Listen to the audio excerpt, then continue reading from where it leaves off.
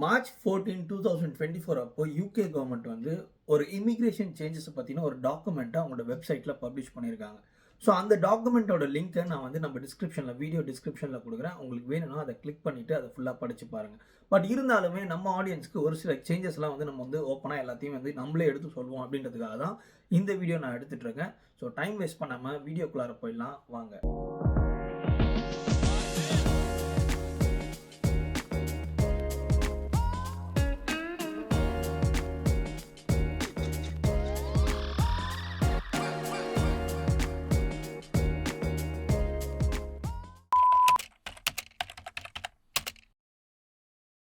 Hey guys, this is பார்த்தி ரெட்டி. எல்லாருமே சூப்பராக இருக்கீங்க அப்படின்னு நான் நம்புறேன். நானுமே ரொம்ப சூப்பராக இருக்கேன். ஸோ கைஸ், ஃபர்ஸ்ட் அப்டேட் என்னன்னு பார்த்தீங்கன்னா ஸ்டூடெண்ட்ஸோட நியூ என்ட்ரன்ட் ரூல். இந்த நியூ என்ட்ரன்ட் ரூல்னா என்னன்னு பார்த்தீங்கன்னா ஒரு ஸ்டூடெண்ட் வந்து அவங்களோட கரியரை ஃபர்ஸ்ட் ஸ்டார்ட் பண்ணுறாங்க இல்லையா, அவங்க ஸ்டார்ட் பண்ணுறாங்கன்னா அவங்கள வந்து நியூ என்ட்ரன்ட் அப்படின்னு சொல்லி கன்சிடர் பண்ணுவாங்க.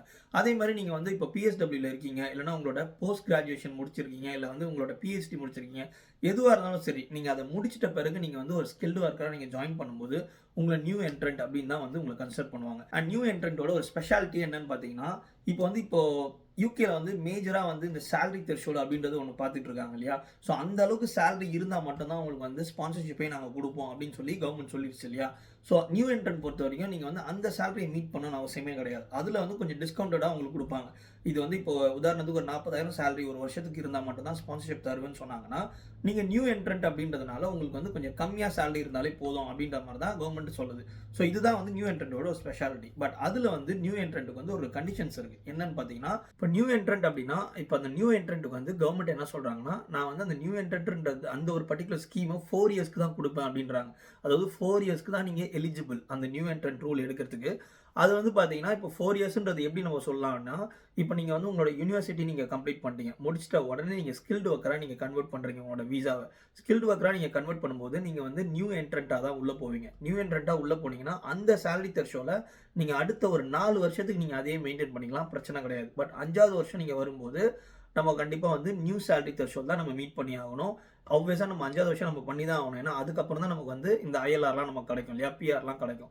ஸோ ஃபஸ்ட்டு இந்த 4 இயர்ஸ்க்கு வந்து உங்களுக்கு ஈஸியாக நியூ என்ட்ரன்ட் அப்படின்ற ஒரு ஸ்கீம்லேயே நீங்கள் இருப்பீங்க. அதுக்கப்புறம் பார்த்தீங்கன்னா நீங்கள் வந்து இப்போ அவங்க என்ன ரூல்ஸை போட்டிருக்காங்களோ அந்த ரூல்ஸ் தான் உங்களுக்கும் அப்ளிகபிள் ஆகும் அப்படின்னு சொல்லிட்டாங்க. இன்னொரு கண்டிஷன் என்னன்னு பார்த்தீங்கன்னா, நீங்கள் வந்து இப்போ பிஎஸ்டபிள்யூல இருந்து நீங்கள் வந்து நியூ என்ட்ரன்ட்டாக நீங்கள் வந்து ஒரு ஸ்கில்டு ஒர்க்கருக்குள்ளார போகிறீங்கன்னு வைங்களேன்.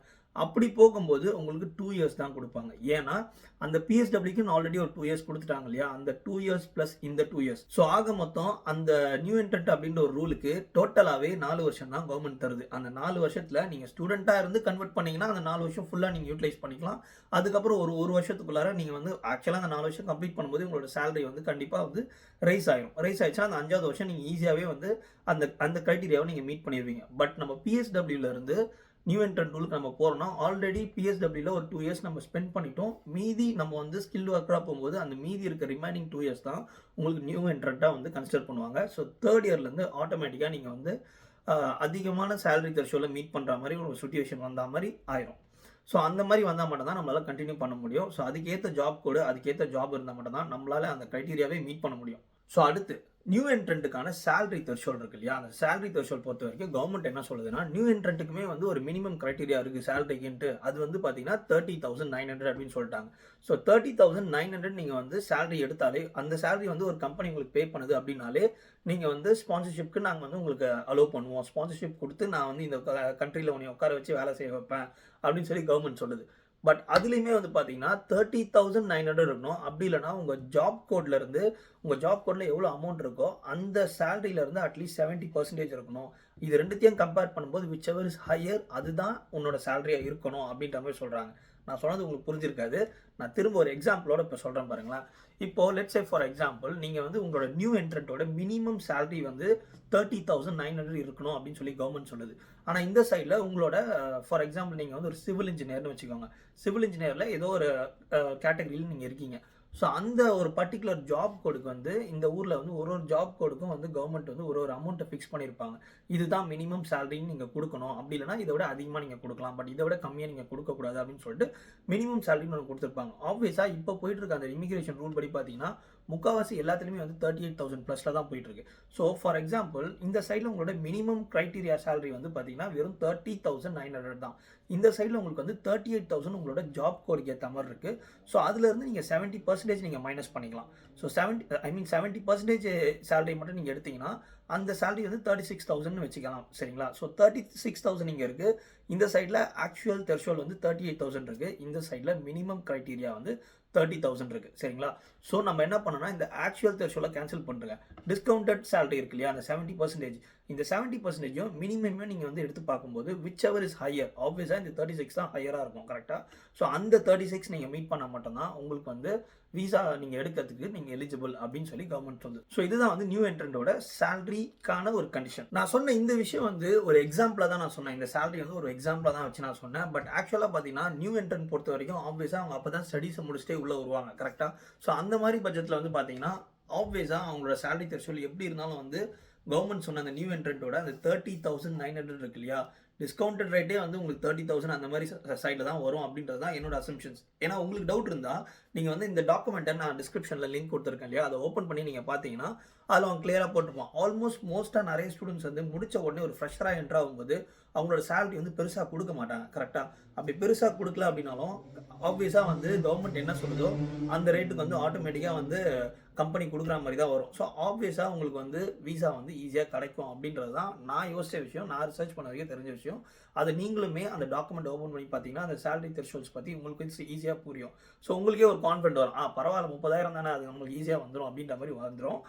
ஒன்லி திங் நீங்கள் வந்து ஒரு சீனியர் ரோல் அந்த மாதிரி ஏதாவது ஒரு ரோலுக்கு நீங்கள் அப்ளை பண்ணுறீங்க அப்படின்னா ஆப்வியஸாக சேலரி த்ரெஷோல்ட் அதிகமாக தான் இருக்கும். ஸோ அந்த இடத்துல நம்மளால எதுவுமே பண்ண முடியாது.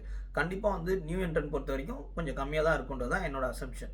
அப்டேட் நம்பர் 2, ஸ்கில்டு ஒர்க்கர் விசாவை பற்றி சொல்கிறேன். ஸ்கில்டு ஒர்க்கர் விசாவோட சேலரி த்ரெஷோல்ட்ஸ் பற்றி சொல்லியிருக்காங்க. இது வரைக்கும் ஒரு ஸ்கில்டு ஒர்க்கராக நீங்கள் வந்து விசா எடுக்கணும் அப்படின்னா உங்களுக்கு மினிமம் சேலரி வந்து 26,200 இருக்கணும்னு சொல்லி கவர்மெண்ட் வந்து முன்னாடி சொல்லியிருந்தது.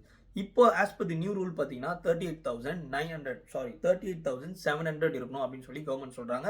இதுவுமே இந்த கம்மிங் April 4th தான் எஃபெக்டிவாக வருது. அதுவும் இல்லாமல் இதுக்கு மட்டும் கிடையாது, வரப்போகிற எல்லா ரூலுமே வந்து April 4th தான் எல்லாருக்குமே வந்து பப்ளிக்கு ஃபுல்லாகவே ரிலீஸ் பண்ணுறாங்க. Update number 3, health and care worker visa. அதாவது இதுக்கு முன்னாடி நான் வந்து ஸ்கில்டு ஒர்க்கர் விசா பற்றி சொல்லியிருந்தேன், அதோட சேலரி த்ரெஷோல்ட் பற்றி சொல்லியிருந்தேன். அண்ட் இப்போ வந்து ஹெல்த் அண்ட் கேர் ஒர்க்கர் விசாவோட அந்த சேலரி த்ரெஷோல்ட் என்னன்னு பார்த்தீங்கன்னா இதுக்கு முன்னாடி கவர்மெண்ட் வந்து 26,200 அப்படின்றத காமனாக எல்லாருக்கும் வைக்கிற மாதிரி இதுக்கும் வச்சிருந்தாங்க. But health and care worker விசாக்கு மட்டும் இப்போ என்ன சொல்லியிருக்காங்கன்னா 26,200லேருந்து 29,000 வரைக்கும் நான் இன்க்ரீஸ் பண்ணியிருக்கேன்ப்பா. ஸோ நீங்கள் வந்து இதில் வந்து கேரர்ஸ் அண்ட் சீனியர் கேரர்ஸ் இதில் வர மாட்டாங்க. பட் மற்ற ரோல்ஸ்லாம் இருக்கு இல்லையா, மற்ற ரோல்ஸ்லாம் நீங்கள் அப்ளை பண்ணுறீங்க அப்படின்னா அதுக்கு மினிமம் சேலரி வந்து உங்களுக்கு 29,000 இருந்தால் நான் வந்து உங்களுக்கு வந்து அப்ரூவ் பண்ணுறேன் அப்படின்னு சொல்லிட்டு கவர்மெண்ட் சொல்லுது. அப்டேட் நம்பர் 4, SOL, அதாவது ஷார்ட்டேஜ் ஆக்குபேஷன் லிஸ்ட் அப்படின்ற அந்த டேர்மை இமிகிரேஷன் சேலரி லிஸ்ட் அப்படின்னு சொல்லிட்டு சேஞ்ச் பண்ணியிருக்காங்க. ஸோ ஜென்ரலாக நீங்கள் கூகுளில் போய்ட்டு நீங்கள் வந்து இமிகிரேஷன் சேலரி லிஸ்ட் UK நீங்கள் அடிச்சிங்கனாலே அது ஃபுல்லாக வந்துடும் உங்களுக்கு. அதில் ஃபஸ்ட் லிங்கை நீங்கள் கிளிக் பண்ணாலே ஆப்வியஸாக வந்துடும். அதில் என்ன இருக்குன்னா நீங்கள் இப்போ ஷார்ட்டேஜ் ஆக்குபேஷன் லிஸ்ட்டில் என்னென்னலாம் வந்து ஜாப்ஸ்லாம் இருக்குது, இப்போ UKல வந்து ஷார்ட்டேஜ் ஆக்குபேஷன் லிஸ்ட்டில் எந்த மாதிரியான ஜாப்ஸ்லாம் இருக்குன்னு சொல்லுவாங்க இல்லையா, அந்த ஜாப்ஸ்லாம் வந்து அதில் லிஸ்ட் அவுட் பண்ணியிருப்பாங்க. இது வந்து அப்படியே இதுக்கு முன்னாடி ஷார்ட்டேஜ் ஆக்குபேஷன் லிஸ்ட்டுன்னு இருந்தது, அது அப்படியே ஷார்ட்டேஜ் இமிகிரேஷன் சேலரி லிஸ்ட் அப்படின்னு சொல்லி சேஞ்ச் பண்ணியிருக்காங்க. அதில் வந்து ஒரு சில ஜாப் ரோல்ஸ் எல்லாம் ஷார்ட்டேஜ் ஆக்குபேஷன் லிஸ்ட் வந்து எடுத்துட்டாங்க. ஸோ அதை ரிமூவ் பண்ணதையுமே அதில் மென்ஷன் பண்ணியிருக்காங்க. அண்ட் இப்போ ப்ரெசென்ட்டாக இருக்கிறதையுமே அதில் மென்ஷன் பண்ணியிருப்பாங்க. உங்களுக்கு வேணும்னா கூகுளில் போய் நீங்கள் செக் பண்ணி பார்க்கலாம். அப்டேட் நம்பர் 5, SOCனா என்னன்னு பார்த்தீங்கன்னா ஸ்டாண்டர்ட் ஆக்குபேஷனல் கிளாசிஃபிகேஷன் அப்படின்னு சொல்லுவாங்க. இது வந்து SOC கோட் அப்படின்னு சொல்லுவாங்க. இது எதுக்காகன்னு பார்த்தீங்கன்னா உங்களோட COS ரிலீஸ் பண்ணுறாங்க இல்லையா, ஒரு விசா ஸ்பான்சர்ஷிப் நீங்கள் எடுக்கும்போது உங்களுக்கு வந்து கம்பெனி வந்து ஒரு COS அப்படின்னு ஒன்று கொடுப்பாங்க, சர்டிஃபிகேட் ஆஃப் ஸ்பான்சர்ஷிப். இந்த ஸ்பான்சர்ஷிப்பில் வந்து இந்த சர்டிஃபிகேட் ஆஃப் ஸ்பான்சர்ஷிப்பில் உங்களுக்கு வந்து இந்த SOC கோடு வந்து மென்ஷன் ஆகிருக்கும். இது வந்து இந்த SOC கோடு ஒரு ஜாப் ரோலுக்கு ஏற்ற மாதிரி ஒரு கோடு அதில் இருக்கும். ஸோ அந்த கோடை பேஸ் பண்ணி அந்த மாதிரி நியூ SOC கோடை பேஸ் பண்ணி தான் இனிமேல் வந்து UKல ரிலீஸ் ஆக போகிற எந்த COSஆக இருந்தாலும் கண்டிப்பாக இருக்கும் அப்படின்றத கவர்மெண்ட் வந்து தெளிவாக ஓப்பன் பண்ணி அந்த டாக்குமெண்ட்டில் பயங்கரமாக போட்டிருக்கு. Update number 6, family visa. So இந்த ஃபேமிலி விசா பொறுத்த வரைக்கும் இதுக்கு சேலரி த்ரெஷோல்ட் என்னன்னு சொல்லியிருக்காங்கன்னா 29,000 சொல்லியிருக்காங்க. முதல்ல ஃபேமிலி விசானா என்னன்னு சொல்கிறேன் பாருங்க. நீங்கள் ஒரு ஸ்டூடெண்ட்டாக இப்போ UKக்கு வரீங்கன்னா உங்கள் பார்ட்னரை நீங்கள் கூப்பிட்டு வரீங்கன்னா அதுக்கு பேர் வந்து ஃபேமிலி விசா கிடையாது, அது வந்து டிபெண்டன்ட் விசா. ஸோ ஃபேமிலி விசான்றது என்னன்னு பார்த்தீங்கன்னா UKல ஆல்ரெடி ஒருத்தவங்க இருக்காங்க, அவங்களுக்கு வந்து PRல UKவோட PRஆக இருக்காங்க, அப்படி இல்லைன்னா வந்து சிட்டிசனாக இருக்காங்க அப்படின்னா ஸோ அவங்க வந்து அவங்களோட பார்ட்னரை அவங்க கிட்ட கூட்டிகிட்டு வரதுக்கு அவங்க அப்ளை பண்ணுவாங்க இல்லையா பார்ட்னருக்காக ஒரு விசா, அந்த விசா தான் வந்து ஃபேமிலி விசான்னு சொல்லுவாங்க. ஸோ அந்த மாதிரி நீங்கள் ஃபேமிலி விசா நீங்கள் அப்ளை பண்ணணும் உங்கள் பார்ட்னருக்கு அப்படின்னா உங்களோட சேலரி த்ரெஷோல்ட் வந்து அட்லீஸ்ட் 29,000 ஆச்சு இருக்கணும். ஸோ தட் நீங்கள் வந்து அவங்க இங்கே வந்த பிறகு அவங்கள நீங்கள் சப்போர்ட் பண்ண முடியும் இல்லையா ஃபினான்ஷியலாக. ஸோ அதுக்காக அந்த ஒரு சேலரி த்ரெஷோல்ட் 29,000 இன்க்ரீஸ் பண்ணியிருக்கு நம்ம யூகே கவர்மெண்ட். ஸோ இந்த ஃபேமிலி விசாவோட ரூல் வந்து effective from 11th of April 2024. இதுக்கு முன்னாடி நான் சொன்ன எல்லா விசா சேஞ்சஸ்மே வந்து பார்த்தீங்கன்னா 4th of April வந்து அந்த சேஞ்சஸ்லாம் நடந்துடும். அந்த 4th of April எல்லாத்தையும் ரிலீஸ் பண்ணுறாங்க. பட் ஃபேமிலி விசாக்கு மட்டும் 11th of April 2024.